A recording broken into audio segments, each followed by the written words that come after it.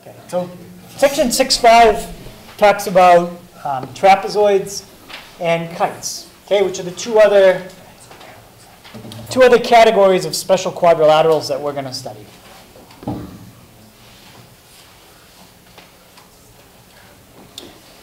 Okay, so a trapezoid is a quadrilateral,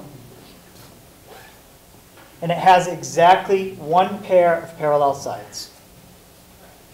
Okay, and these parallel sides are called the bases. If it has two pairs of parallel sides, what shape is that? That's your parallelogram.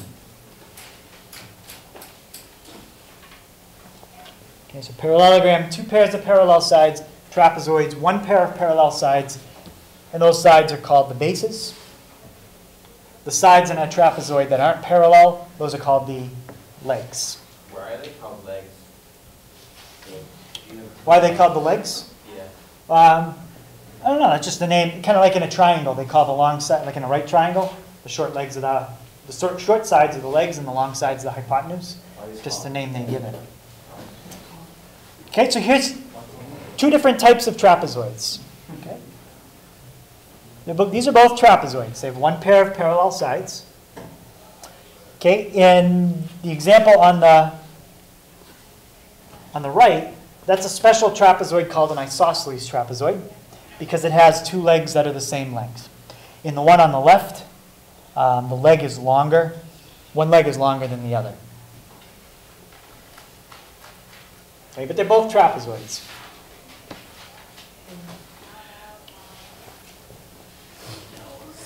Okay, so I think what we'll do is make let's make a diagram. Okay, kind of showing where all these shapes fit together. Okay, so what's the big category for four-sided shapes?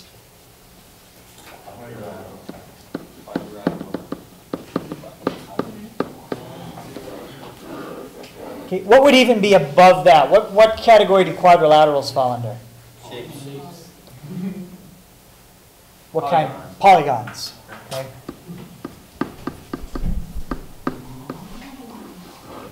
So under polygons, you have all your different number side shapes: quadrilaterals, pentagons, hexagons, all that stuff. Okay. Yep. Okay, and under quadrilaterals, we'll put the three categories we've studied. Well, actually just two right now. So one of them is parallelograms. There's all kinds of theorems that go along with those. We have trapezoids.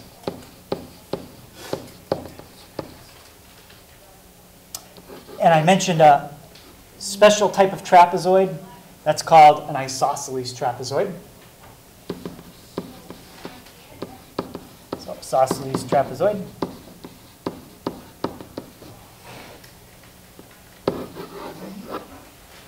Okay, under your parallelograms, that's the most complex one. There's all kinds of shapes under that. So you have your rectangle. You've got your rhombus. And what shape combines both of those? Square. Yep, square.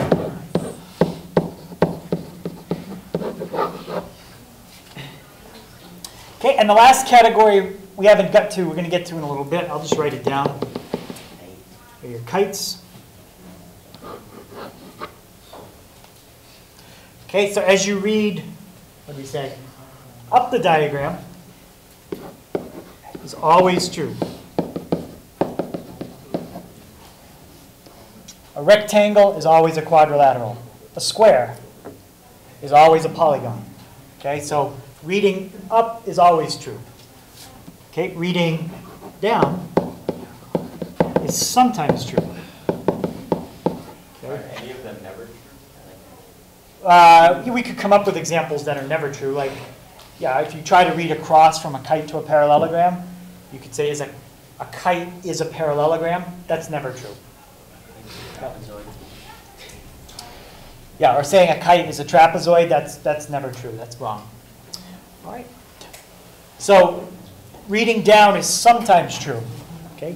Is a quadrilateral a parallelogram? Sometimes, but it could also be something else. Could be a kite, could be a trapezoid. Okay, so there's your diagram that summarizes everything we pretty much are going to study about quadrilaterals.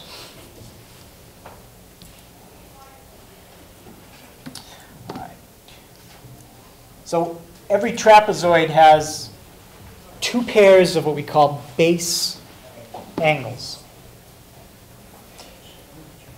Okay, in the trapezoid on the right that I labeled A, B, C, D, A and B are what you call base angles, and so are C and D. So does every angle? Well, it has to be A and B together as a pair, and D and C together as a pair. No base angle? Right, there's pairs, yeah.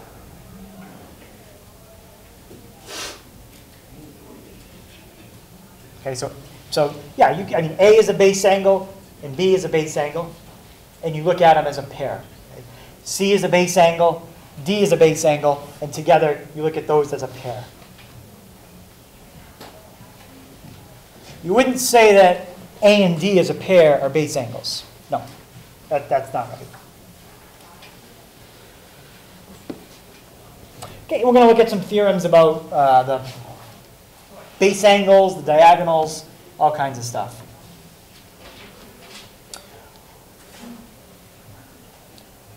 All right, so I mentioned earlier that there's a special kind of trapezoid where the legs are congruent, okay, like the one on the right.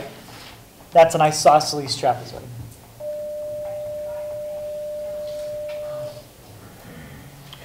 Okay, so if we just look at the trapezoid part of that picture I just had. Is a trapezoid always an isosceles trapezoid? No. How about, is an isosceles trapezoid always a trapezoid? Yes. Yes. Okay, so reading up the diagram is always true. An isosceles trapezoid is always a trapezoid. But a trapezoid doesn't always have to be isosceles. Could be like this one on the left. Okay. Any questions on that? Okay. All right, so let's look at some theorems about trapezoids. Okay, most of these theorems are on your sheet I gave you. Now, for trapezoids, you got to remember we're in a different category now. You can't use anything that you used to remember about parallelograms. Theorems for parallelograms do not apply to trapezoids. Okay? So we can't use them to prove that it No. is actually a trapezoid? No, because trapezoids are their own separate category. They're not parallelograms. Okay, so if you have an isosceles trapezoid, then the base angles are congruent. Right? If you have an isosceles trapezoid, A and B are congruent, so are C and D. That doesn't work if it's a non-isosceles trapezoid. Just go back to the picture on the previous page and just look at it. It won't work. Okay, so for the base angles to be congruent, you have to have an isosceles trapezoid. Would you use that in proof? After today, you could use that in a proof. Yep. In this lesson, if we were going to be doing some proofs, this is something we could prove. Okay, and the way to prove it might be to try to use congruent triangles, things like that. Like maybe we could draw in a diagonal and look at triangle ADB, and then look at another diagonal, triangle ABC, and try to prove those triangles congruent.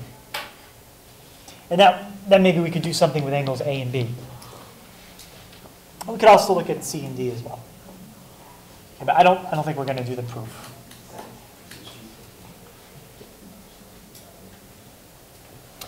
Okay, second one. If a trapezoid has a pair of congruent base angles,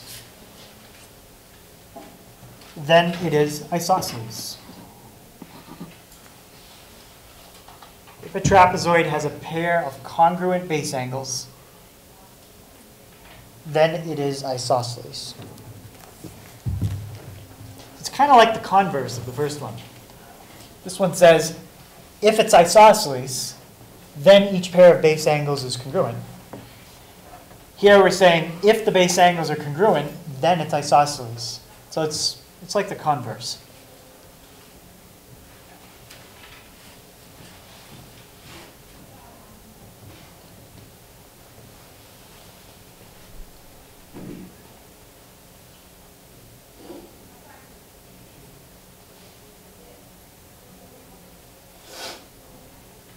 Okay, and you could prove there that angles A and B are congruent. Whether you want to look at congruent triangles, you've got parallel lines cut by transversals. There's all kinds of little things we could look at if we really wanted to prove A and B are also congruent. Okay, but we have enough background in it. We probably could do that.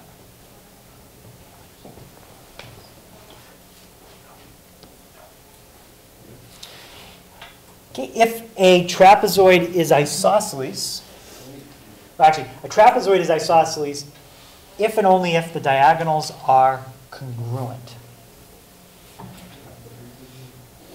Okay, so if you've got an isosceles trapezoid, then the diagonals are congruent. Or I could say, if the diagonals are congruent, then my trapezoid is isosceles. You can read this sentence both ways. Does anyone remember we talked about that yesterday? What's the name of a sentence you can read forward and backward? Yeah, biconditional. Yep. So if isosceles, then congruent. If congruent, then isosceles. You can read both ways.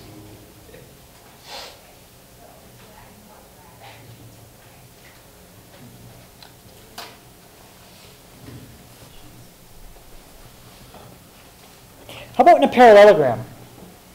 If you draw the diagonals in a parallelogram, are they congruent?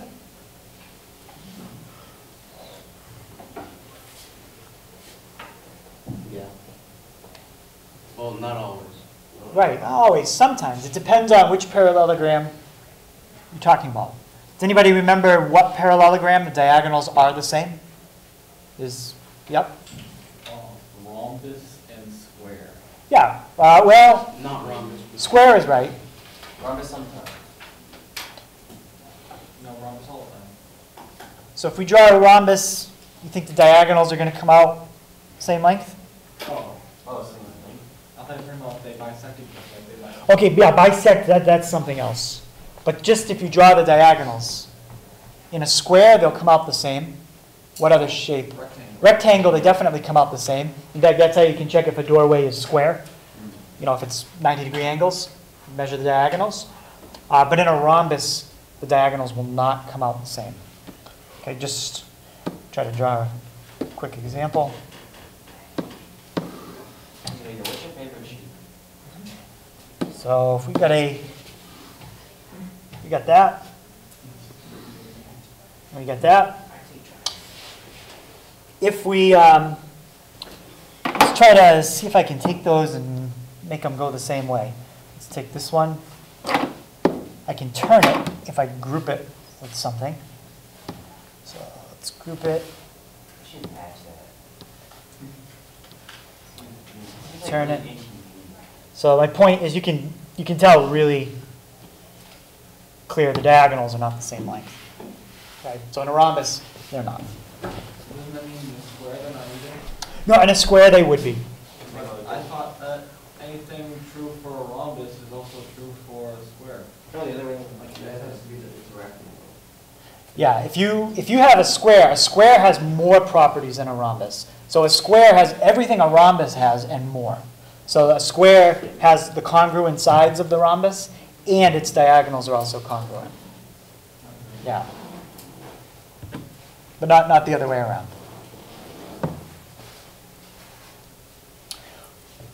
A lot of the problems we do today, they're mostly calculations. PQRS is an isosceles trapezoid. Find the measure of angle P, Q, and R. Okay? Is there any angle I can find there quickly? You don't have to do them in the order that I have them. Denver? Sure, what's R? R is 50. Okay, so we know R is 50. What about P and Q? Think about a general fact we know about any quadrilateral and what we already have, and figure out P and Q. Oh, every quadrilateral equals 360, so. The angles add up to 360, so yep. it's 360 minus 100 divided by 2. Right. So basically we have 260 degrees left in this quadrilateral, and because P and Q are base angles in an isosceles trapezoid, it has to be split evenly. Each one of them is 130.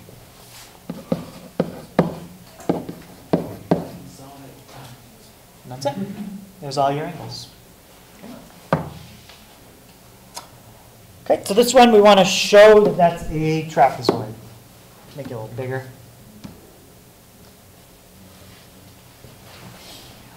So let's show it's a trapezoid by the definition. For a shape to be a trapezoid, what has to be true? Not isosceles, just a general trapezoid. What do we have to show? Yep. Yep, one pair of parallel sides. So what we'll do is, let's find the slope of AB. First of all, is AB sloping upward or downward? Downward. So right away I'm going to put a negative so I don't forget. The slope is negative. And now count. My rise, 1, 2, 3, 4, 5. My run, 1, 2, 3, 4, 5. So it's 5 over 5. So yeah, it's like 1 over 1. But the slope is negative 1. How about CD? Sloping downward or upward? Down. Down.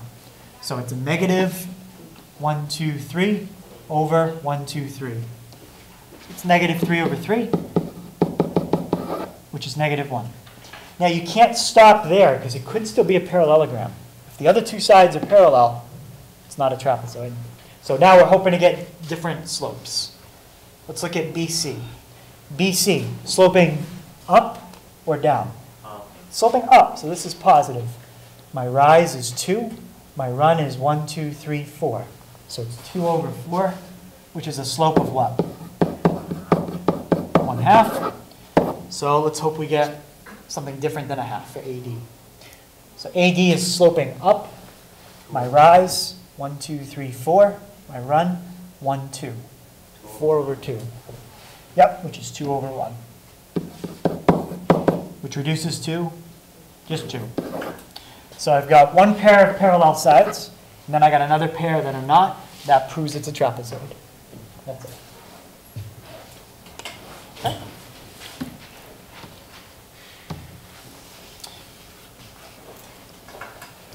Okay, another special segment we can draw in a trapezoid is called a mid-segment. And basically is a mid-segment is a segment that connects the midpoints of the legs. So you find the midpoint of one leg, so it bisects that side. Find the midpoint there, so it bisects that side. And then connect the 2 points. That's a mid-segment. Okay, and the mid-segment has a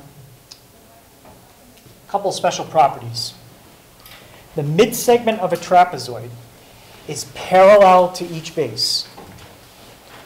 Okay, it's parallel to each base. Would that be used to prove that it's a trapezoid? Like say they draw the mid-segment in there. Oh, and show that it's parallel to each base? Yes, would that be proven? Yeah, we might be able to use that for something if we had to, yep. Because that would show you have at least one pair of parallel sides. And we'd have to show other sides are not parallel, but yep. Okay, so the mid-segment is parallel to each base. And it's also half the sum of the lengths. What does that really mean? If you take 2 lengths, add them up, and then take half. Okay, anybody know what that really means? If you find the sum of 2 things and then take half of it, what does that really give you? The average, exactly. The length of the mid-segment is just the average of the length of each base. Find the sum and divide by 2. Okay.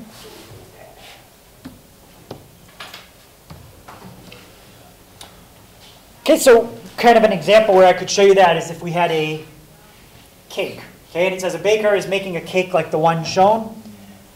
The top layer is 8 inches. The bottom layer is 20. What's the diameter of the middle layer? Well, if you wanted to think of it, oops, let me put all that together. Think of it kind of like a trapezoid. The top layer is how much? 8 inches across. The bottom layer is 20 inches across. Well, if you find the midpoint of each side and connect it, that's the midsegment, which is really the middle layer of the cake. Okay? So if we add 20 and 8, what do we get? Well, 28, but 28. I And then- subtracted my bad. And then take the average, or divide by 2.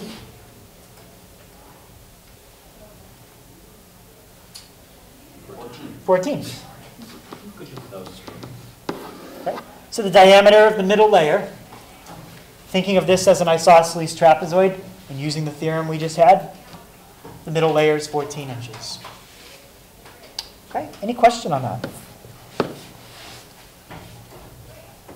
Okay. All right, so let's take a look at our last shape we're going to study, and that is a kite.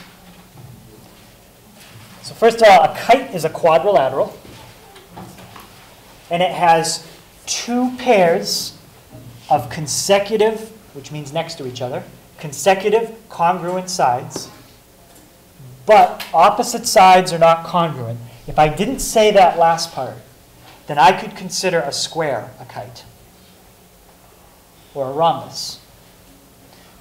Okay? Up to that sentence, I said a kite is a quadrilateral. There's a quadrilateral. 2 pairs of consecutive congruent sides. So pick 2 sides that are next to each other and show they're congruent. Okay? That's congruent to that. That's congruent to that. But it's the last part. Opposite sides are not congruent. And in a square, they are. Or in a rhombus, they are. Right, so there's an example of a kite. 1 pair of congruent sides at the top, 1 pair of congruent sides at the bottom. couldn't a trapezoid be a kite? A trapezoid? No, the consecutive sides and No, you never have a trapezoid that's a kite. Couldn't draw it. Yeah. do you know what came first? Like, do they name the kite after the shape or the shape? I don't know. That's a good question. Okay, so a couple theorems about kites. In a kite, if you draw the diagonals, they are perpendicular. Always. Okay, if you draw the diagonals in a kite, they are perpendicular. Okay, we talked about some other shapes where that happens too, like in a square. That also happens. Doesn't happen in a rectangle. Doesn't happen in a trapezoid. Okay, I think that also happens in a rhombus, though. In a rhombus, diagonals are perpendicular. That's one theorem about a kite. And another theorem is if a quadrilateral is a kite, then exactly 1 pair of opposite angles are congruent. So in this picture, it would be this angle and that angle. 1 pair of opposite angles are congruent.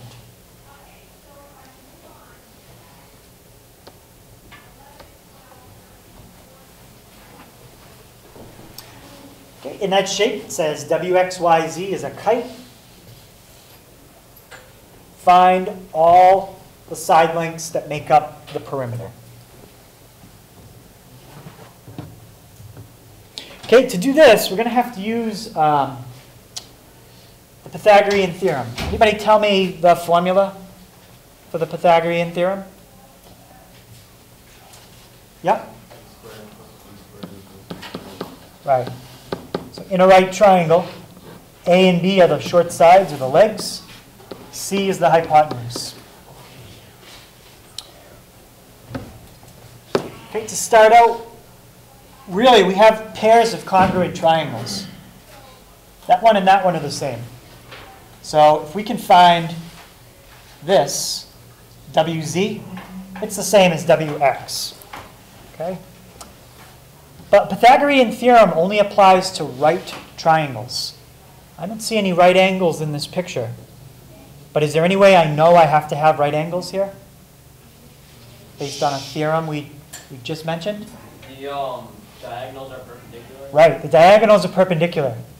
So even though I didn't label it, we have 4 right triangles, which means you can use the Pythagorean theorem. Can somebody tell me how you'd find WZ using the Pythagorean theorem? That has to be the longest side. Which letter here is the longest side, A, B, or C? A. C. C. The hypotenuse is always the longest side in a triangle. Okay? So we want to know, basically, we're going to try to solve for C. What would A and B be in the formula? 12. A would be 12 and B? 12. Okay? Basically, you're looking at this triangle. 12, 12, call this side C. Okay, so let's find C.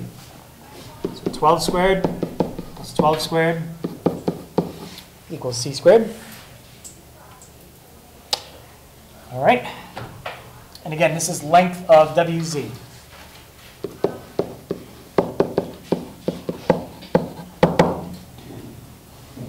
So we get 12 squared is 144 plus another 144. That's 288. But we don't want C. That's the hypotenuse. We don't want C squared. We want C. So how do you get rid of the square? No, you can't add, subtract, multiply, or divide to get rid of a... No. Take the square root. Okay, this section assumes everybody's already done the Pythagorean theorem. Have people done that before? Because that's a whole lesson itself. Everyone's done? Okay. So take the square root of 288, 16.97. And now let's find the length of, let's do xy.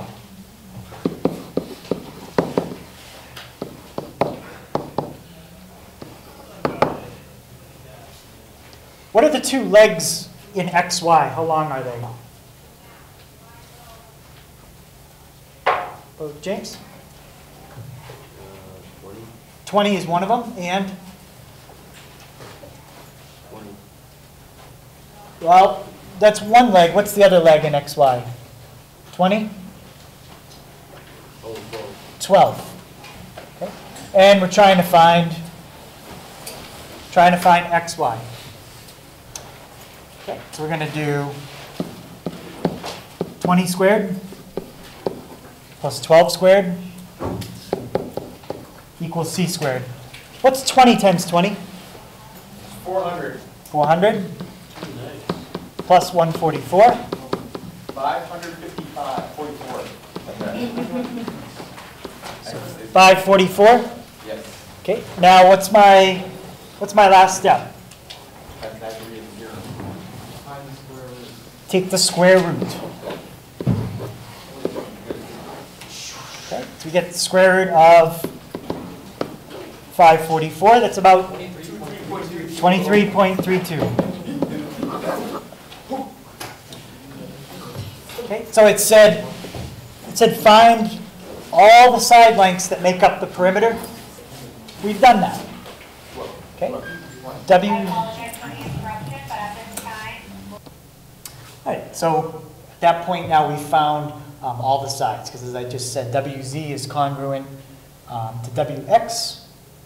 So those are both 16.97. And XY is congruent to ZY. So those are both 23.32. Okay, and our last problem is basically to find the 2 angles, angle J and angle G. Okay, so keep in mind, all the angles here have to add up to 360. And we have one pair of angles that are congruent. So in this case, it's definitely not the H and the K. H and K are different. So we have a total of 360 degrees. We already used up the 132. We already used up the 60, so we're left with 168. And that has to be split equally between J and G.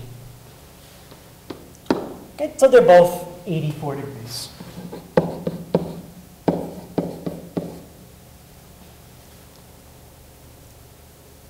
All right, so again, the idea, all the angles have to add up to 360. You've already used up 132 for H and 60 for K.